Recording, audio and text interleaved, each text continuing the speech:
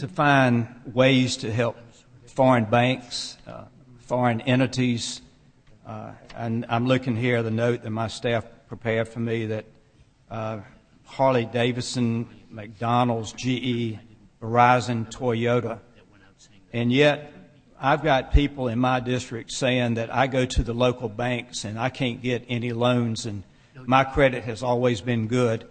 Why and how does the Federal Reserve seem to be able to find the way to help these entities that are gigantic, and through greed and manipulation they cheated, and yet they get bailed out. They get the help when the average business person down in eastern North Carolina and probably across America, they can't even go to a bank they've been banking with for 15 or 20 years and get a loan.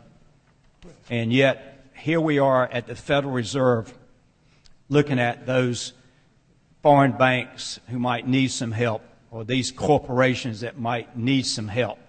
It really is. That's why this hearing is very important. The transparency, the trust, that's a big word to me, trust, is just not there with the average citizen when it comes to the Federal Reserve. And yet, if it had not been for the push by, I won't name all the entities that pushed to tell you to show the bottom line, to show what was in the closet of decisions, who was being helped, we never would have known it.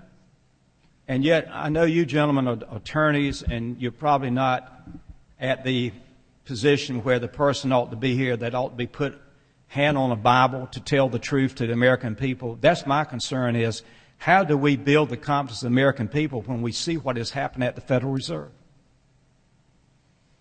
So, Congressman, we understand that and feel that same frustration.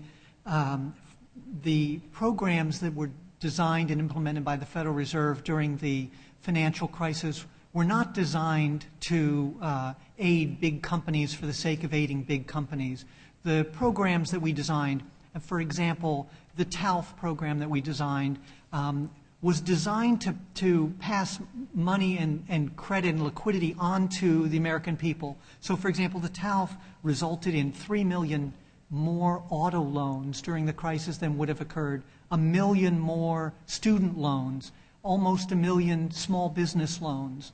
The programs you're talking about that aided Harley Davidson and Toyota and other companies were the commercial paper facility, which provided short-term funding to those companies so they could continue to keep employment up and manufacturing up in the United States, so that they could continue to provide jobs and provide opportunities in the United States. It was our efforts were all designed to try to keep the economy moving in order to help individuals and small businesses, not for the sake of helping the larger institutions.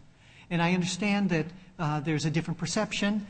Part of that perception, I think, comes from the fact that most of the financial tools that we're given are designed to work through banks or work through large markets. And it's working through, so we use the tools the best we can in order to have the funding aid the broadest range of people possible.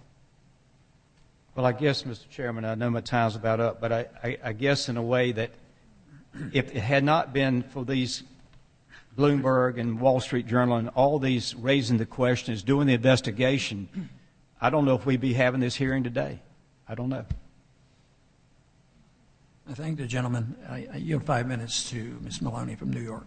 I thank the chairman for yielding, and as he is well aware, on Friday the jobs numbers come out, and the economy has been improving, not as fast as we would all like, but we are digging our way out of that hole.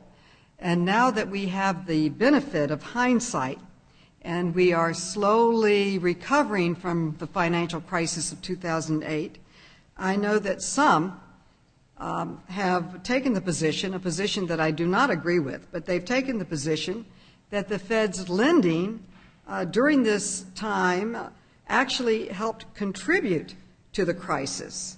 And some have argued that the Fed didn't need to take the actions that it took because the situation would have stabilized on its own. But I'd like to ask our panelists today, isn't it true that without the actions that the Fed took, that by not setting up the facilities it did, by not giving institutions access to the discount window to provide additional liquidity to our economy, that the crisis